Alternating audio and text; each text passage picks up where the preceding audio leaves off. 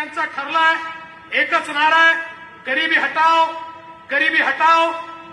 मी राहुल गांधी यांना विचारू इच्छितो, राहुलजी तुमच्या पणजोबांना संधी दिली होती, चांगला व्यक्ती होता, गरिबी हटली नाही वाढली. तुमच्या आजीला संधी दिली, गरिबी हटली नाही वाढली.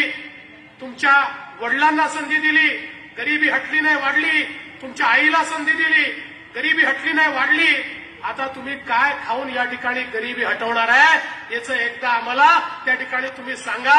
पण बंधू भगिनींनो, निवडणुका आल्या की यांचा नारा ठरलाय गरिबी हटाव. निवडणुका गेल्या की गरिबी हटवतात, पण कोणाची हटवतात? आपल्या नेत्यांची, चेल्या चपाट्यांची गरिबी हटवतात.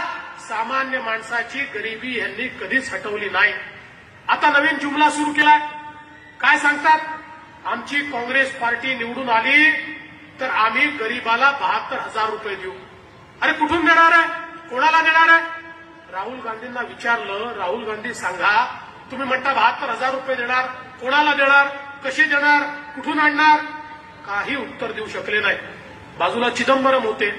चिदंबरम यांना विचारलं, अहो चिदंबरम, तुम्ही देशाचे अर्थमंत्री होता, तुम्ही तरी सांगा, हे तुमचे नेते म्हणतात गरीबाला 72,000 रुपये देऊ, कुठलं देणार आहे? चिदंबरम म्हणाले, हे काय, गेल्या 2-3 वर्षात देशात तिजोरीत पैसा येतोय, पुढच्या 2-3 वर्षात येणार आहे, मग पैसा आला की आम्ही वाटून टाकू. अरे वा रे वा, आयजीच्या जीवावर बायजी उदार. म्हणजे मोदींनी काळ्या पैशावर कारवाई करायची, देशाच्या तिजोरीत पैसे आणायचे आणि त्याच्या भरोश्यावर यांनी सांगायचं आम्ही पैसा वाटू. अरे तुम्हाला जेव्हा पैसा वाटण्याची संधी होती, तुम्ही 72 पैसे कोणाला दिले नाही. आता तुमची आवश्यकता नाही आहे. या देशातल्या शेवटच्या माणसाच्या जीवनामध्ये परिवर्तन करण्याचं काम, त्याच्यापर्यंत योजना पोहोचवण्याचं काम या देशामध्ये मोदीजींनी सुरू केलं आहे. आणि मला विश्वास आहे त्यांच्या नेतृत्वात या देशातल्या गरिबाचं कल्याण होईल. बंधू भगिनींनो, यांची भाषणं कशी आहेत, यांची आश्वासनं कशी आहेत? केवळ उधारीची आश्वासनं आहेत. म्हणजे एखाद्या व्यक्तीला 1 लाखाचं कर्ज झालं, त्याला विचारलं, अरे बाबा रे, तू कर्ज फेडणार कसं आहे? तो म्हणाला, सोपं आहे, मी कालच एक कोंबडी आणली आहे, माझ्या कोंबडीला 4 अंडे होतील, त्यातनं 4 कोंबड्या निघतील, मग त्यांना 16 अंडी होतील, त्यातनं 16 कोंबड्या निघतील, मग त्यांना 64 अंडी होतील, त्यातनं 64 कोंबड्या निघतील. करता करता 640 कोंबड्या झाल्या की त्या विकतो आणि तुमचे 1 लाख रुपये परत करतो. हे काँग्रेस राष्ट्रवादीचा जाहीरनामा कोंबड्या विकण्याचा धंदा आहे. याच्यातनं कोणाला कधी काही मिळालं नाही आहे, यापुढे देखील मिळणार नाही. तुम्ही जर यांची भाषणं बघितली, इतकी मजेदार भाषणं आहेत. खरं म्हणजे यांच्या भाषणामध्ये 50% वेळ हा मोदीजींना शिव्या देण्यामध्ये घालवतात. इतका मोदीजींचा धसका यांनी घेतलाय, जळी स्थळी काष्टी पाषाण यांना मोदीजीच दिसतात. मला तर असं वाटतं कधी कधी हे रात्री अचानक झोपेतनं दचकून जागे होत असतील आणि घामाघूम होऊन मोदी मोदी करत असतील. इतका मोदीजींचा धसका यांनी घेतलाय. यांच्या भाषणामध्ये मनोरंजनाच्या शिवाय काही नाही आहे. मनोरंजन आहे म्हणजे कसं भाषण आहे? आपण टीव्हीवर सिरियल पाहतो, त्या सिरियलच्या सुरुवातीला एक सूचना येते. काय सूचना येते? या सिरियलमधले सगळे पात्र काल्पनिक आहे, याचं कथानक काल्पनिक आहे, याचा वास्तविकतेशी काही संबंध नाही आहे, याच्यावर विश्वास ठेवू नका, ठेवला तर तुम्ही जबाबदार असाल, आम्ही मनोरंजनाकरता दाखवतोय. काही दिवसांनी राहुल गांधींच्या भाषणाच्या आधी देखील हे चॅनलवाले अशी सूचना दाखवतील, हे भाषण काल्पनिक आहे, याचा वास्तविकतेशी कुठलाही संबंध नाही आहे, याच्यावर विश्वास ठेवू नका, ठेवला तर आपल्या भरोशावर ठेवा, तुम्ही विश्वास ठेवला तर चॅनल जबाबदार नाही आहे, आम्ही केवळ मनोरंजनाकरता हे भाषण दाखवतोय. ही अवस्था आहे यांची. केवळ या ठिकाणी खोटं बोल पण रेटून बोल, अशा प्रकारचं काम या ठिकाणी चाललं आहे. बंधू भगिनींनो, या देशामध्ये गरिबीच्या विरुद्ध खरोखर जर कोणी कारवाई केली असेल तर त्या व्यक्तीचं नाव नरेंद्र मोदी आहे. गेल्या 5 वर्षामध्ये मोदीजींची एक एक योजना तुम्ही बघा. जनधन सारखी योजना, ज्या योजनेमध्ये 34 कोटी लोकांना त्या ठिकाणी बँकेचं खातं मिळालं. कोण होते 34 कोटी लोक? हे ते 34 कोटी लोक होते जे बँकेच्या दारात गेले तर चपराशी देखील आत घेत नव्हता. आमचे काँग्रेसचे लोक म्हणाले खातं मिळाल्याने कोणी श्रीमंत होतं का, त्याचा काय फायदा आहे?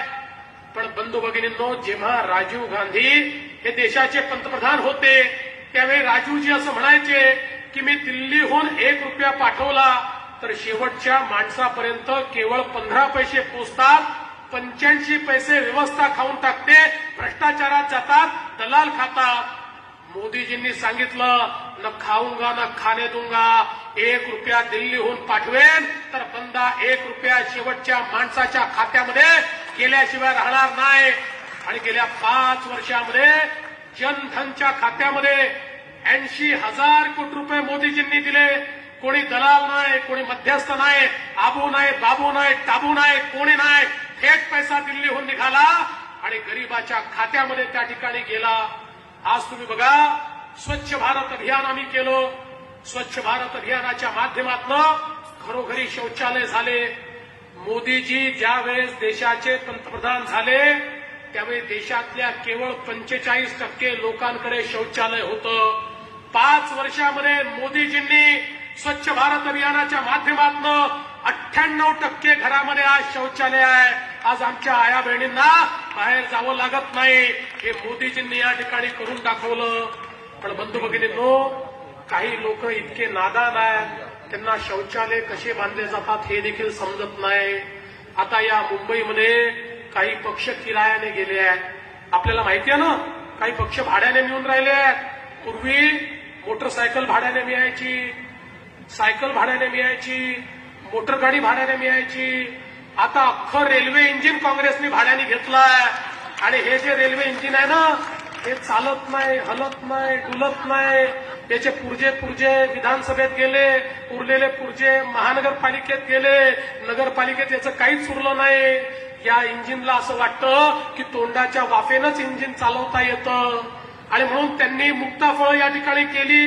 म्हणाले इतके शौचालय बांधले सांगतात, आकडा खोटा आहे. इतक्या शौचालयाचा जर आपण विचार केला तर मिनिटाला इतके शौचालय झाले, सेकंदाला इतके शौचालय झाले. याचं कारण यांचं अख्खं जीवन मुंबईमध्ये गेलं आहे. यांना असं वाटतं सगळ्या गोष्टी कंत्राटदार ठेकेदाराच्या थ्रू होतात. हे कधी ग्रामीण भाग महाराष्ट्रात गेलेच नाही. शौचालय कसं होतं त्यांना माहितीच नाही. यांना हे माहिती नाही की इथे ठेकेदार कंत्राटदार शौचालय बांधत नाही, सरकार अनुदान देते आणि त्यातनं त्या घरचे लोक शौचालय त्या ठिकाणी बांधतात. आणि म्हणून 5 वर्षामध्ये इतके शौचालय झाले. हे आपले टक्केवारीतच अडकले. ठेकेदाराला मिळालं असेल तर मग किती टक्के झालं असेल, मग त्याने किती बांधलं असेल. टक्केवारी म्हणजे किती पर्सेंट, म्हणजे मी दुसरी टक्केवारी म्हणत नाही, पण त्यातच ते अडकलेले आहेत. आणि म्हणून बंधू भगिनींनो, स्वच्छ भारत अभियानाच्या माध्यमातून 98% घरापर्यंत मोदीजींनी शौचालय पोहोचवलं.